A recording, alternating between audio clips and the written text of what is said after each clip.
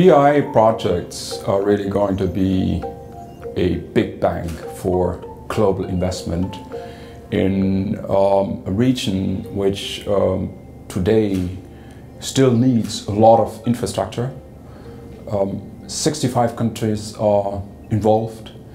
It will allow to bridge the gap in transportation, because there will be more railways, there will be ports, there will be modern airports, there will also be digital communications, and I think it will bring many communities together which today are really far apart in those BRICA countries and probably beyond. I think it's a global impact which is being created, and a movement which a force of its own, which will have a lot of impact with easier communication systems, transportation systems.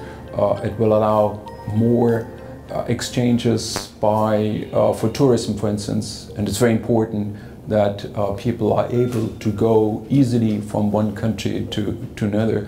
From a commercial perspective, obviously, it will reduce the time of transportation if you can transport at a lower price merchandise via railway transportation as opposed to air freight, which is much more expensive, or as opposed to sea transportation, which will take much longer. That will have a lot of gains for those involved in the supply chain, but it would also allow more local production, local manufacturing. So I think at the end of the day, if all those projects go well, which we hope, everyone should really be winning and should profit from that wonderful initiative which has been taken now 5 years ago and which is still at the beginning of its implementation. So I think it's going to have a huge impact. The only thing we can hope, and as you know, I'm a disputes lawyer, is that there will not be too many disputes and that all those projects really can be brought to a good end without parties having to go before international tribunals or before the courts in order to defend their rights and in order to get the money they have invested back.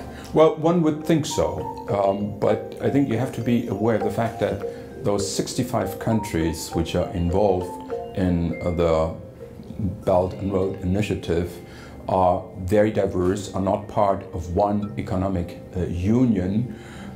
Some have, for instance, bilateral investment treaties with each others, others don't.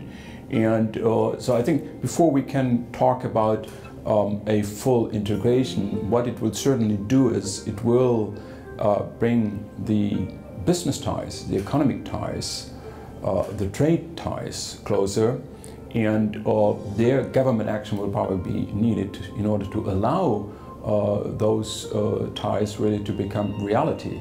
Having better connections from one country to another, allowing better exchanges, will need also assistance and support by the governments. I don't think that this will, as I said, lead to a new form of economic union. I think that is not the plan, and it's probably not necessary. And given the diversity and the geographic spread of the countries that are involved in the BRICA projects, it probably would be extremely difficult to achieve anyway. But I think, as we have seen in many other places, the more commerce and business you have going from one country to another, and ideally going in both directions, the closer the ties become, because people at all levels, government levels, levels of chambers of commerces, of the various businesses in various industry sectors, are bound to have a dialogue and to cooperate, and that will ultimately lead to a stronger integration, just as a matter of fact.